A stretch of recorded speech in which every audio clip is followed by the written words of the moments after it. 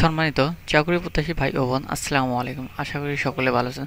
আপনারা জানেন ইতিমধ্যে নিয়োগ বিজ্ঞপ্তি একটি প্রকাশ করেছে। তার মধ্যে একটি পদ আছে জুনিয়র স্টোরম্যান। এই পদের কাজ কি কি, পরবর্তীতে পদোন্নতি আছে কিনা, বেতন ভাতা সুযোগ সুবিধা কেমন, তার দায়িত্ব এবং কর্তব্য কি, এই ভিডিওতে বিস্তারিত আলোচনা করব। ভিডিওটাকে স্কিপ না করে সম্পূর্ণ ভিডিওটা দেখার চেষ্টা করবেন, হয়তো বা কিছু না কিছু বুঝতে পারবেন। তো বন্ধুরা, বেশি কথা না বাড়িয়ে চলুন শুরু করি। চট্টগ্রাম বন্দর কর্তৃপক্ষের নতুন নিয়োগ বিজ্ঞপ্তিতে জুনিয়র স্টোরম্যান পদে চাকরির সুযোগ রয়েছে।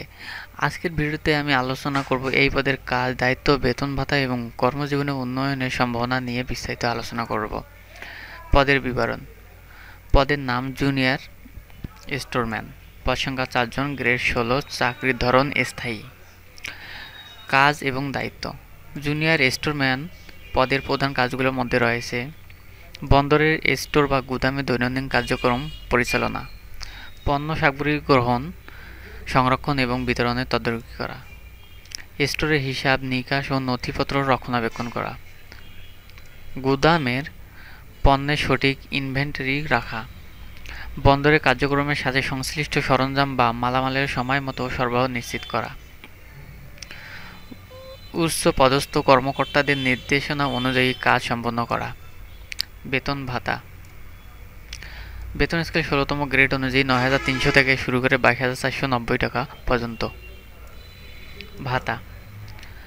বাড়ি ভাড়া ভাতা মূল বেতনের 50 থেকে 60% পাবেন।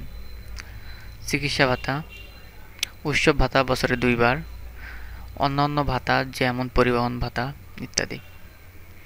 কর্মজীবনে উন্নয়নের সুযোগ। পদোন্নতি।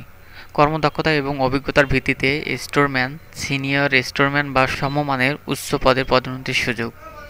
প্রশিক্ষণ। বন্দর কর্তৃপক্ষ থেকে স্টোর ম্যানেজমেন্ট বা গুদাম ব্যবস্থাপনা সংক্রান্ত প্রশিক্ষণের সুযোগ। অভিজ্ঞতা। এই পদের কাজের অভিজ্ঞতার ভবিষ্যতে সরকারি বা বেসরকারি প্রতিষ্ঠান উচ্চ পদে আবেদন করার যোগ্যতা বাড়ায়। পদের গুরুত্বপূর্ণ। বন্দরের কার্যক্রম সঠিকভাবে পরিচালনার জন্য স্টোরম্যানদের ভূমিকা অত্যন্ত গুরুত্বপূর্ণ। পণ্য এবং সরঞ্জামের সঠিক ব্যবস্থাপনা বন্দরের দক্ষতা বাড়ায়। আপনার যদি এই পদের জন্য আবেদন করতে আগ্রহ থাকে তাহলে নির্ধারিত সময়ের মধ্যে আবেদন করতে ভুলবেন না। বিস্তারিত নিয়োগ বিজ্ঞপ্তি ও আবেদন লিঙ্ক আমাদের ভিডিওর বিবরণ বক্সে পাওয়া যাবে।